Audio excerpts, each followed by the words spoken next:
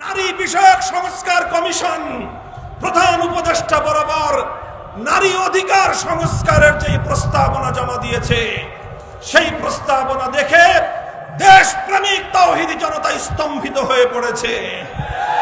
সেই কমিশনে এমন ভয়াল বক্তব্য, এমন ধৃষ্টতাপূর্ণ কথা বলা হয়েছে, বিগত ফ্যাসিবাদী আমলে ভারতের দালাল হিন্দুত্ববাদী আওয়ামী লীগের কর্নেল স্পেন্সারও এই কথা বলার সাহস পায় না। কুলাঙ্গাররা বলে বাংলাদেশের নারী পুরুষের মধ্যে বৈষম্যের প্রধান কারণ হলো ধর্মীয় উত্তরাধিকার আইন এবং ধর্মের পারিবারিক আইন।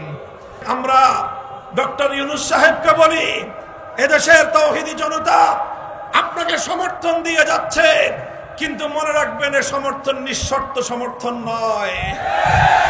আপনি যদি আল্লাহর কোরআনের বিরুদ্ধে দাঁড়িয়ে যান, আপনাকে মঞ্চ থেকে, ক্ষমতার গদি থেকে উৎখাত করতে এতটুকু হৃদয় কাঁপবে না আমাদের। কোরআনের বিরুদ্ধে পদক্ষেপ গ্রহণ করলে আপনার পরিণতিও শেখ হাসিনার চেয়ে ভিন্ন কিছু হবে না। আমরা পরিষ্কার ভাষায় বলতে চাই, ইসলাম নারীকে সমান নয় বরং পুরুষের চেয়ে অগ্রাধিকার প্রদান করেছে। আবার বলছি, ইসলাম নারীকে অগ্রাধিকার প্রদান করেছে। বাংলাদেশের আবহমান কাল থেকে চলে আসা সকল নারীরা ইসলাম প্রদত্ত, আল্লাহ প্রদত্ত অধিকার নিয়ে তারা সন্তুষ্ট আছে। কিন্তু এদেশের নারী সমাজের প্রতিনিধিত্ব না নিয়ে তাসলিমা নাসরিন মার্কা কিছু কুলাঙ্গারকে দিয়ে, পশ্চিমা জীবনধারায় বিশ্বাসী কিছু এনজিও কর্মীদেরকে দিয়ে ডক্টর ইউনূস সাহেব নারী কমিশন গঠন করিয়ে আল্লাহর কোরআনের বিরুদ্ধে আপনি কটাক্ষ করিয়েছেন।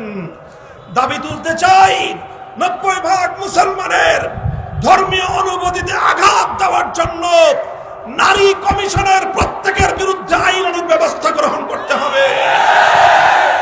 যদি এই কমিশনের রিপোর্টকে প্রত্যাখ্যান করে, কমিশনকে যদি বাতিল করে, নতুন করে এদেশের সংখ্যাগরিষ্ঠ নারীর অভিপ্রায় অনুযায়ী তাদের প্রতিনিধিত্ব নিশ্চিত করে নতুন কমিশন গঠন না করা হয়, এই নারী কমিশনের সদস্যদের পরিণাম সেই তসলিমা নাসরিনের মতোই ঘটানো হবে। তসলিমা নাসরিন গেছে যেই পথে, নারী কমিশন যাবে সেই পথে। প্রফেসর ইউনূস সাহেবকে বলি, এদেশে ইসলামের সঙ্গে পাঞ্জা লড়তে আসবেন না, আল্লাহর কোরআনের সঙ্গে যুদ্ধে অবতীর্ণ হবেন না। শাহাদাতের রক্ত দিয়ে আমরা আল্লাহর কোরআনের দুশমনকে মোকাবেলা করে ছাড়ব ইনশাআল্লাহ। চ্যানেলটি সাবস্ক্রাইব করে আমাদের সঙ্গেই থাকুন। আসসালামু আলাইকুম ওয়া রাহমাতুল্লাহ। আলহামদুলিল্লাহি রাব্বিল আলামিন والصلاة والسلام على سيد الأنبياء والمرسلين وعلى آله وأصحابه ومن تبعهم أجمعين. أعوذ بالله من الشيطان الرجيم. بسم الله الرحمن الرحيم. الذين إن مكناهم في الأرض أقاموا الصلاة وآتوا الزكاة وأمروا بالمعروف ونهوا عن المنكر. صدق الله العظيم. বাংলাদেশ খেলাফত মজলিস রংপুর জেলা শাখা কর্তৃক আয়োজিত আজকের এই গণসমাবেশে উপস্থিত সংগ্রামী সভাপতি, উপস্থিত বাংলাদেশ খেলাফত মজলিসের কেন্দ্রীয় মহাসচিব সহ কেন্দ্রীয় নেতৃবৃন্দ, জেলা নেতৃবৃন্দ, সহযোগী সংগঠন সমূহের দায়িত্বশীল ভাইয়েরা, রংপুর ও আশপাশের জেলা থেকে সমবেত বাংলাদেশ খেলাফত মজলিস ও সহযোগী সংগঠন সমূহের সর্বস্তরের দায়িত্বশীল নেতাকর্মী ও দিনদরদী মুসলমান ভাই ও বন্ধুগণ, রংপুরের সর্বস্তরের জেলার অধিবাসীগণ, আমি আজকে আপনাদের এই গণসমাবেশের মঞ্চে দাঁড়িয়ে সর্বপ্রথম মহান আল্লাহ পাক রব্বুল আলামিনের দরবারে শুকরিয়া জ্ঞাপন করছি, যেই মহান রব্বুল আলামিন বাংলাদেশের মানুষের বুকের উপর থেকে জগদ্দল পাথরের মতো চেপে বসা সময়ের নব্য লেডি ফেরাউন স্বৈরাচারী জালিমশাহী শেখ হাসিনা সরকারকে উৎখাত করে এদেশের মানুষকে মুক্ত বাতাসে নিঃশ্বাস গ্রহণ করার সুযোগ করে দিয়েছেন। ওয়ালিল্লাহু লাকাল হামদু ওয়া লাকাশ শুকর। সংগ্রামী সাথী ও বন্ধুগণ, সেই সঙ্গে আমি শ্রদ্ধা ভরে স্মরণ করছি ওই সকল বীর শহীদানদেরকে যাদের রক্ত এবং আত্মত্যাগের মাধ্যমে 5ই আগস্ট 2024 বাংলাদেশ নতুন করে আবার স্বাধীনতা অর্জন করেছে। আমি আজ বাংলাদেশের দ্বিতীয় স্বাধীনতা পরবর্তী এদেশের মানুষকে লক্ষ্য করে একটি সতর্কবাণী উচ্চারণ করতে চাই। আমাদেরকে ভুলে গেলে চলবে না, স্বাধীনতা অর্জন করা যত কঠিন, স্বাধীনতা রক্ষা করা তার চেয়ে বেশি কঠিন। অতীতে আমাদের তিক্ত অভিজ্ঞতা রয়েছে। 1971 সালে লক্ষ মানুষের রক্তের বিনিময়ে যেই বাংলাদেশ স্বাধীনতা অর্জন করেছিল, জুলুম এবং শোষণ মুক্ত একটি স্বাধীন বাংলাদেশ গড়বার দৃঢ় প্রত্যয় নিয়ে, কিন্তু দুঃখ এবং পরিতাপের বিষয় 1971 সালের 16ই ডিসেম্বর বিজয় অর্জিত হওয়ার পর স্বাধীনতার ফসল বাংলার মানুষ ঘরে তুলতে পারেনি। তার আগেই ছিনতাইকারীরা স্বাধীনতার সুফল ছিনতাই করে নিয়ে গিয়েছে। 1971 সালের মুক্তিযুদ্ধ চলাকালীন সময়ে বাংলাদেশের স্বাধীনতার যুদ্ধে মুক্তিযুদ্ধে নেতৃত্ব দানকারী আওয়ামী লীগের নেতা জনাব শেখ মুজিবুর রহমান সাহেব পশ্চিম পাকিস্তানিদের হেফাজতে বন্দী ছিলেন। সেখান থেকে স্বাধীনতার পরপর তিনি মুক্তি লাভ করে লন্ডনে যান। লন্ডন থেকে শেখ মুজিব সাহেব বাংলাদেশে আসার পরিবর্তে তিনি এসে অবতরণ করেন নয়াদিল্লিতে।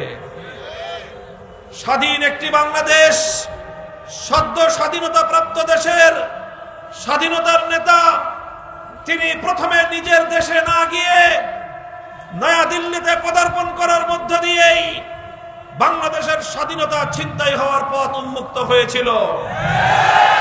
তৎকালীন ভারতের প্রধানমন্ত্রী শ্রীমতী ইন্দিরা গান্ধীর সঙ্গে শেখ মুজিবুর রহমান সাহেব সাক্ষাৎ করেন, আর সেখান থেকে তিনি নতজানু একটা পররাষ্ট্র নীতি নিয়ে বাংলাদেশে ফিরেন। ফিরবার প্রেক্ষালে ভারতীয় প্রধানমন্ত্রী বাংলাদেশের স্বাধীনতার নেতার মুজিব কোটের পকেটে একটা প্রেসক্রিপশন গুজে দেন, যেই প্রেসক্রিপশনের মধ্যে ভারতের সংবিধানের মৌল 4 নীতির ভিত্তিতে বাংলাদেশের সংবিধান প্রণয়ন করবার নির্দেশনা ছিল। তাই বাংলাদেশে যখন 72 সালে সংবিধান তৈরি হয়, সেই সংবিধানের মূল নীতিগুলো মুক্তিযুদ্ধের চেতনা ছিল না। সেই সংবিধানের মূল নীতিগুলো মুক্তিযুদ্ধের সময়কার প্রতিশ্রুতি ছিল না, বরং বাংলাদেশের 72 সালের স্বাধীনতা, বাংলাদেশের 72 সালের সংবিধানে যেই মূল নীতিগুলো তথা ধর্মনিরপেক্ষ মতবাদ সহ আরো 3টি মূল নীতিকে কেন্দ্র করে বাংলাদেশের সংবিধান প্রণয়ন করা হয়েছে, সেটা আসলে ভারতীয় সংবিধানের মূল নীতির কপি পেস্ট করা হয়েছিল। আর এর মাধ্যমেই স্বাধীন বাংলাদেশের লক্ষ মুক্তিযোদ্ধার রক্তের বিনিময়ে অর্জিত স্বাধীনতাকে ভারত মাতার চরণ ধরে বলি দেওয়া হয়েছে। 71-এর মুক্তিযুদ্ধের প্রকৃত চেতনাকে আড়াল করে 72-এর ভেজাল মুক্তিযুদ্ধের চেতনা দাঁড় করানো হয়। এরপর থেকে আওয়ামী লীগ বিগত অর্ধ শতাব্দী পর্যন্ত রাজনীতি করেছে। 72-এর মুক্তিযুদ্ধের ভেজাল চেতনাকে 71-এর চেতনা নামে বাংলাদেশের মানুষকে গেলাবার চেষ্টা করেছে। এইভাবেই বাংলাদেশকে বিভক্ত করেছে। তাদের ভেজাল মুক্তিযুদ্ধের চেতনার মানদণ্ডের ভিত্তিতে বাংলাদেশকে 2 ভাগ করেছে। এক ভাগ মুক্তিযুদ্ধের সপক্ষের, আরেক ভাগ মুক্তিযুদ্ধের বিরুদ্ধে। যারাই শেখ হাসিনার স্বৈরতন্ত্রের বিরুদ্ধে কথা বলেছে, যারাই বাকশালের বিরুদ্ধে মাঠে নেমেছে, তাদেরকেই স্বাধীনতা বিরোধী শক্তি আখ্যায়িত করে তারা তাদের একদলীয় স্বৈরতন্ত্রের রাজনীতির পথ উন্মুক্ত করবার চেষ্টা করেছে। এটা করতে করতে 2024 সালে যখন বাংলাদেশের দামাল সন্তানেরা, এদেশের আপামর ছাত্র জনতা, স্কুল কলেজ ইউনিভার্সিটি আলিয়া মাদ্রাসা কওমি মাদ্রাসার সকল ছাত্র জনতা ভেদাভেদ ভুলে গিয়ে 4 কোটি ছাত্র জনতা যখন দেশের সুন্দর ভবিষ্যৎ নির্মাণ করবার লক্ষ্যে বৈষম্য বিরোধী, কোটা বিরোধী আন্দোলন নিয়ে তারা মাঠে নামে, তখন দাম্ভিক শেখ হাসিনা আমার 4 কোটি নিষ্পাপ সন্তানকে গালি দিয়ে রাজাকারের বাচ্চা বলতে দ্বিধা করে না। শেখ হাসিনা যখন প্রধানমন্ত্রীত্বের চেয়ারে বসে আমাদের আগামী প্রজন্মের ভবিষ্যৎকে কলঙ্কিত করবার চেষ্টা করলেন, রাজাকার বলে গালি দিলেন, এদেশের তরুণ প্রজন্ম তখন বলল, অধিকার চাইলে যদি রাজাকার হতে হয়, স্বৈরতন্ত্রের বিরুদ্ধে কথা বললে যদি রাজাকার হতে হয়, ফ্যাসিবাদের বিরুদ্ধে সংগ্রাম করলে যদি রাজাকার হতে হয়, দেশের ভবিষ্যৎ মেধার ভিত্তিতে গড়বার দাবি তুললে যদি রাজাকার হতে হয়, যদি জুলুম শোষণের বিরুদ্ধে ইনসাফ ভিত্তিক সমাজ গড়বার কথা বললে যদি রাজাকার হতে হয়, গোটা বাংলাদেশের সমস্ত শিক্ষাঙ্গনগুলো থেকে, ক্যাম্পাসগুলো থেকে আমাদের ছেলে মেয়েরা একসঙ্গে আওয়াজ তুললো, আমি কে তুমি কে। মূলত সেদিনই শেখ হাসিনার ভাগ্য নির্ধারিত হয়ে গিয়েছিল। ৭২ সাল থেকে ভেজাল মুক্তিযুদ্ধের চেতনার ব্যবসা সেদিনই মার্কেট থেকে আউট হয়ে যায়। এরপরে শেখ হাসিনা বাংলাদেশের ক্ষমতার মসনদে ছিল শুধুমাত্র বুলেটের জোরের ভিত্তিতে বাংলাদেশের ছাত্র জনতাকে হত্যা করে তাদেরকে ভয় দেখিয়ে ক্ষমতার মসনদ আঁকড়ে থাকবার চেষ্টা করেছিল। কিন্তু বাংলার মানুষ, ইতিহাস প্রমাণ করে বাংলাদেশের, এদেশের জনগণের সংগ্রামী ইতিহাস হলো, যখন তারা মরতে শুরু করে, যখন তারা জীবন দিতে শুরু করে, বিজয় না নিয়ে বাংলার মানুষ কোনো আর ঘরে ফেরে না। ছাত্র জনতার রক্তের স্রোতে শেখ হাসিনা ভেসে গিয়েছে, শেখ হাসিনার স্বৈরতন্ত্র ভেসে গিয়েছে, এবং বাংলাদেশ থেকে ভারতীয় আধিপত্যবাদের রাজনীতির কবর রচিত হয়েছে। আমি আজ বলতে চাই, এই যে বাংলাদেশের স্বাধীনতাকে একবার ছিনতাই করা হয়েছিল 1972 সালে, 2024 সালের এই দ্বিতীয় স্বাধীনতার পর আবার 2025 সালে বাংলার স্বাধীনতাকে আবার ছিনতাই করবার জন্য কুচক্রীরা উঠে পড়ে লেগেছে। আমরা বলতে চাই, এবার আর 72-এর মতো ভেজাল চেতনার আড়ালে 71-এর চেতনাকে হারাতে দেওয়া যাবে না।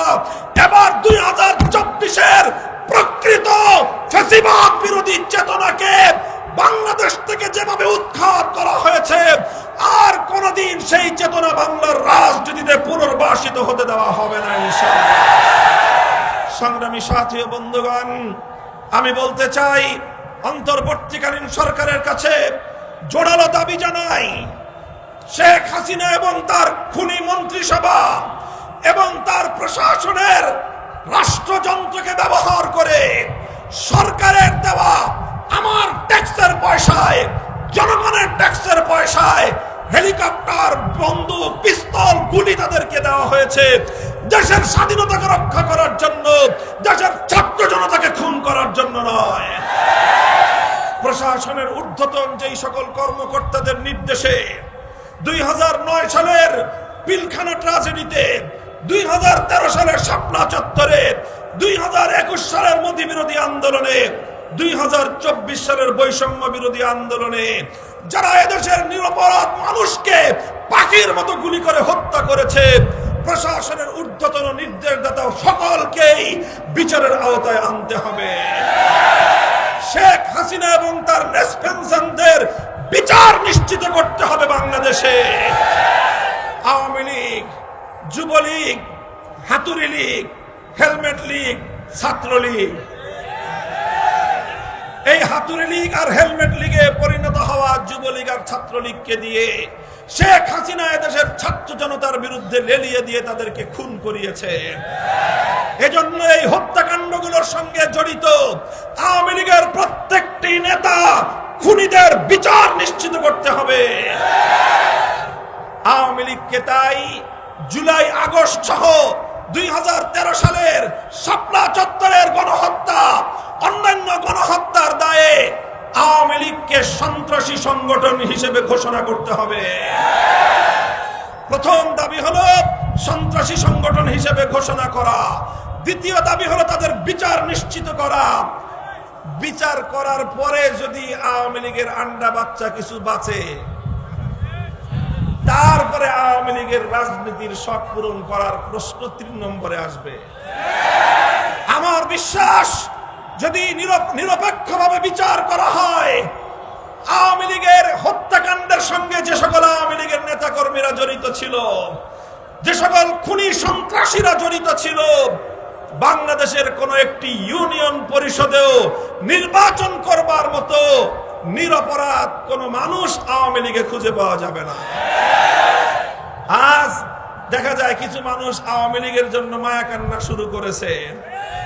বিএনপির নেতৃবৃন্দের প্রতি বলতে চাই, আপনারা বলেন আওয়ামী লীগের রাজনীতি নিষিদ্ধ করবার জন্য আপনারা দাবি তুলতে পারবেন না। আপনারা বিএনপির ওই সকল শত শত হাজার হাজার গুম খুন হত্যাকাণ্ডের শিকার নিহত শহীদদের সাথে গাদ্দারি আপনারা করতে পারেন, এদেশের জনগণ গাদ্দারি করতে পারে না।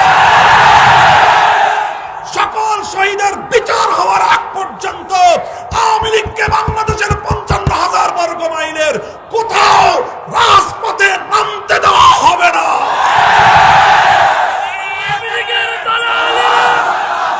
আওয়ামী লীগের দালালেরা হুঁশিয়ার সাবধান, ফাঁসি ফাঁসি ফাঁসি চাই, আওয়ামী দোসরের ফাঁসি চাই, খুনি হাসিনার ফাঁসি চাই। সংগ্রামী সাথী ও বন্ধুগণ, এগুলো আমাদের স্পষ্ট বক্তব্য। আমরা নির্বাচন এবং সংস্কার প্রশ্নে আমাদের বক্তব্য পরিষ্কার করেছি। আগে প্রয়োজনীয় সংস্কার হতে হবে। সংবিধান সংস্কারের যে উদ্যোগ গ্রহণ করা হয়েছে, সেই উদ্যোগ অনুযায়ী ৭২-এর বাকশালী সংবিধান বাতিল করে ব্যাপক সংস্কারের মাধ্যমে আগস্ট বিপ্লবের চেতনার আলোকে নতুন করে সংবিধান সংস্কার করতে হবে। সেই সংস্কার করার পরে নির্বাচন ব্যবস্থার আমূল পরিবর্তন আনতে হবে। প্রয়োজনীয় সংস্কারের পর যথা দ্রুত সম্ভব নির্বাচন দিতে হবে। সংগ্রামী সাথী ও বন্ধুগণ, সংস্কারের প্রশ্ন যখন এসেছে, আমরা বলি বর্তমান এই সংস্কার কার্যক্রমকে এদেশের আলেম সমাজ, ইসলামী সংগঠনগুলো স্বাগত জানিয়েছে, আমরাও সাধুবাদ জানিয়েছি। কিন্তু দুঃখ এবং পরিতাপের বিষয়, গত 19 এপ্রিল নারী বিষয়ক সংস্কার কমিশন প্রধান উপদেষ্টা বরাবর নারী অধিকার সংস্কারের যে প্রস্তাবনা জমা দিয়েছে, সেই প্রস্তাবনা দেখে দেশপ্রেমিক তাওহীদি জনতা স্তম্ভিত হয়ে পড়েছে। সেই কমিশনে এমন ভয়াল বক্তব্য, এমন ধৃষ্টতাপূর্ণ কথা বলা হয়েছে, বিগত ফ্যাসিবাদী আমলে ভারতের দালাল হিন্দুত্ববাদী আওয়ামী লীগের কোন লেসপেন্সারও এই কথা বলার সাহস পায় না। কুলাঙ্গাররা বলে বাংলাদেশে নারী পুরুষের মধ্যে বৈষম্যের প্রধান কারণ হলো ধর্মীয় উত্তরাধিকার আইন এবং ধর্মের পারিবারিক আইন। অর্থাৎ আপনারা জানেন, আল্লাহর কোরআন পৃথিবীতে নাজিল হয়েছে দুনিয়াতে বৈষম্য দূর করে ইনসাফ কায়েম করার জন্য। আর এই তসলিমা নাসরিনের উত্তরসূরি, তার প্রেতাত্মা নারী কমিশনের সদস্যরা, তারা বলে যে কোরআনের বিধানের কারণেই নারী পুরুষে বৈষম্য তৈরি হয়েছে। এই স্পর্ধা তাদেরকে কে দিল? শুধু এখানেই ক্ষান্ত নয়, এই কমিশনের রিপোর্ট জমা হওয়ার পরে প্রধান উপদেষ্টার অফিসিয়াল ভেরিফাইড ফেসবুক পেজে সেটাকে প্রচার করে অঙ্গীকার ব্যক্ত করেছেন প্রধান উপদেষ্টা, যত দ্রুত সম্ভব এই নারী কমিশনের রিপোর্ট নাকি তিনি বাস্তবায়ন করবেন। আমরা ডক্টর ইউনূস সাহেবকে বলি, এদেশের তাওহীদি জনতা আপনাকে সমর্থন দিয়ে যাচ্ছে, কিন্তু মনে রাখবেন এ সমর্থন নিঃশর্ত সমর্থন নয়। আপনি যদি আল্লাহর কোরআনের বিরুদ্ধে দাঁড়িয়ে যান, আপনাকে মঞ্চ থেকে, ক্ষমতার গদি থেকে উৎখাত করতে এতটুকু হৃদয় কাঁপবে না আমাদের। কোরআনের বিরুদ্ধে পদক্ষেপ গ্রহণ করলে আপনার পরিণতিও শেখ হাসিনার চেয়ে ভিন্ন কিছু হবে না। আমরা পরিষ্কার ভাষায় বলতে বলতে চাই, ইসলাম নারীকে সমান নয় বরং পুরুষের চেয়ে অগ্রাধিকার প্রদান করেছে। আবার বলছি, ইসলাম নারীকে অগ্রাধিকার প্রদান করেছে। বাংলাদেশের আবহমান কাল থেকে চলে আসা সকল নারীরা ইসলাম প্রদত্ত, আল্লাহ প্রদত্ত অধিকার নিয়ে তারা সন্তুষ্ট আছে। কিন্তু এদেশের নারী সমাজের প্রতিনিধিত্ব না নিয়ে তাসলিমা নাসরিন মার্কা কিছু কুলাঙ্গারকে দিয়ে, পশ্চিমা জীবনধারায় বিশ্বাসী কিছু এনজিও কর্মীদেরকে দিয়ে ডক্টর ইউনূস সাহেব নারী কমিশন গঠন করিয়ে আল্লাহর কোরআনের বিরুদ্ধে আপনি কটাক্ষ করিয়েছেন। দাবি তুলতে চাই, 90% মুসলমানের ধর্মীয় অনুভূতিতে আঘাত দেওয়ার জন্য নারী কমিশনের প্রত্যেকের বিরুদ্ধে আইনানুগ ব্যবস্থা গ্রহণ করতে হবে। যদি এই কমিশনের রিপোর্টকে প্রত্যাখ্যান করে, কমিশনকে যদি বাতিল করে, নতুন করে এদেশের সংখ্যাগরিষ্ঠ নারীর অভিপ্রায় অনুযায়ী তাদের প্রতিনিধিত্ব নিশ্চিত করে নতুন কমিশন গঠন না করা হয়, এই নারী কমিশনের সদস্যদের পরিণাম সেই তসলিমা নাসরিনের মতোই ঘটানো হবে। তসলিমা নাসরিন গেছে যেই পথে, নারী কমিশন যাবে সেই পথে। প্রফেসর ইউনূস সাহেবকে বলি, এদেশে ইসলামের সঙ্গে পাঞ্জা লড়তে আসবেন না, আল্লাহর কোরআনের সঙ্গে যুদ্ধে অবতীর্ণ হবেন না। শাহাদাতের রক্ত দিয়ে আমরা আল্লাহর কোরআনের দুশমনকে মোকাবেলা করে ছাড়বো ইনশাআল্লাহ। নারায়ে তাকবীর! কোরআন ছাড়া অন্য কিছু মানি না, মানব না। নাস্তিকদের দালালেরা, এনজিওদের দালালেরা, নারায়ে তাকবীর! অন্তর্বর্তীকালীন সরকারের প্রধান উপদেষ্টা, আন্তর্জাতিক ব্যক্তিত্ব ডক্টর ইউনূস সাহেব, দুনিয়াব্যাপী তার গ্রহণযোগ্যতা রয়েছে আপনার। আমরা আপনাকে আহ্বান জানাই, গাজায় নির্বিচারে জায়নবাদী ইসরায়েলের যে গণহত্যা চলছে, পার্শ্ববর্তী কাশ্মীরকে উগ্রবাদী হিন্দুত্ববাদী বিজেপি সরকার নতুন গাজায় পরিণত করছে। গোটা ভারত জুড়ে আজ মুসলমানদের উপর সাম্প্রদায়িক আক্রমণ চালানো হচ্ছে। গত 5 এপ্রিল মুসলমানদের 100 বছরের আইন, 1923 সালে প্রণীত আইনকে তারা ওয়াকফ আইন সংশোধনী বিল 2025 পাশ করার মধ্য দিয়ে ভারতে মুসলমানদের ব্যক্তিগত সম্পত্তি যেগুলো তারা আল্লাহর নামে ওয়াকফ করেছে, মসজিদ মাদ্রাসার জন্য তারা দান করেছে, আল্লাহর নামে ওয়াকফকৃত সেই সম্পদগুলোর দিকে হিন্দুত্ববাদীদের নজর পড়েছে। তারা মুসলমানদের সেই সম্পত্তি কেড়ে নেওয়ার পায়ে তারা আটছে। ডক্টর ইউনূস সাহেব, আপনি ওই ইসরায়েল আর এই ভারতের বিরুদ্ধে মুসলিম উম্মাহ এবং মুসলিম মানুষের স্বার্থ রক্ষা করার জন্য আন্তর্জাতিক পরিমণ্ডলে আপনি কাজ করুন। বিশ্ব নেতৃত্বকে, বিশ্ব শক্তিগুলোকে আপনি বোঝান, যদি এভাবেই ফিলিস্তিন আর ভারতে রক্ত ঝরতে থাকে, সারা দুনিয়ার পরে 200 কোটি মুসলমান জিহাদের হাতিয়ার তুলে নিতে বাধ্য হবে। সারা দুনিয়া জুড়ে জিহাদের দামামা বেজে উঠবে। গোটা পাক ভারত উপমহাদেশ জুড়ে গাজওয়াতুল হিন্দের দামামা শুরু হবে। কাজেই আমি আমাদের মাননীয় প্রধান উপদেষ্টার প্রতি সম্মান প্রদর্শন করে বলি, আপনার এই জায়গায় কাজ করার সুযোগ রয়েছে। বাংলাদেশের 18 কোটি মানুষ আপনার হাতকে শক্তিশালী করবে। আপনি সেখানে কাজ করেন, কোরআনের বিরুদ্ধে নামতে আসবেন না। খবরদার, কোরআনের বিরুদ্ধে আসবেন না। হুঁশিয়ার করে দেই, আল্লাহর কোরআনের পারিবারিক আইন, উত্তরাধিকার আইনে যদি আঙুল বসাবার চেষ্টা করেন, সে হাত আমরা ভেঙে গড়িয়ে দেব। আমরা কোরআনের মর্যাদা রক্ষা করার জন্য প্রয়োজনে আবার শাপলা চত্বরে যাব, আবার শাহাদাতের রক্ত দেব আমরা। তবু আল্লাহর কোরআনের মর্যাদা ভুলুণ্ঠিত হতে দেব না। আগামী 3রা মে অর্থাৎ আগামী শনিবার ঐতিহাসিক রাজধানীর সোহরাওয়ার্দী উদ্যানে হেফাজতে ইসলামের আমির আল্লামা শাহ মুহিবুল্লাহ বাবুনগরী এই নারী সংস্কার কমিশনের উত্থাপিত প্রস্তাবনা প্রত্যাখ্যান এবং তাদেরকে বাতিল করে নতুন কমিশন গঠনের দাবিতে মহা সমাবেশের ডাক দিয়েছেন। গোটা বাংলাদেশ থেকে চলো চলো ঢাকা চলো আওয়াজ তুলে এদেশে ইসলামকে রক্ষা করার জন্য রাজপথে নেমে আসতে হবে ইনশাআল্লাহ। সংগ্রামী সাথী ও বন্ধুগণ, আমরা আমাদের বক্তব্য পরিষ্কার করে দিয়েছি। আমরা পূর্ণাঙ্গ বৈষম্যহীন সমাজ চাই। আমরা ইনসাফপূর্ণ একটি বাংলাদেশ গড়তে চাই। আমি আপনাদেরকে বলবো, পরিপূর্ণ ইনসাফের সমাজ গড়তে হলে মানব রচিত তন্ত্র মন্ত্র দিয়ে সম্ভব নয়।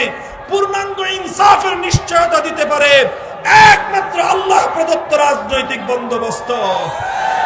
আল্লাহ প্রদত্ত সেই রাজনৈতিক ব্যবস্থার নাম হলো খেলাফতের ব্যবস্থা। চাই আমরা আগামীর বাংলাদেশ খেলাফতের বাংলাদেশ দেখতে চাই। আগামীর বাংলাদেশ হবে ইনশাআল্লাহ ইসলামের বাংলাদেশ। আগামীর বাংলাদেশ হবে খেলাফতের বাংলাদেশ। আগামীর বাংলাদেশ হবে আল কোরআনের বাংলাদেশ।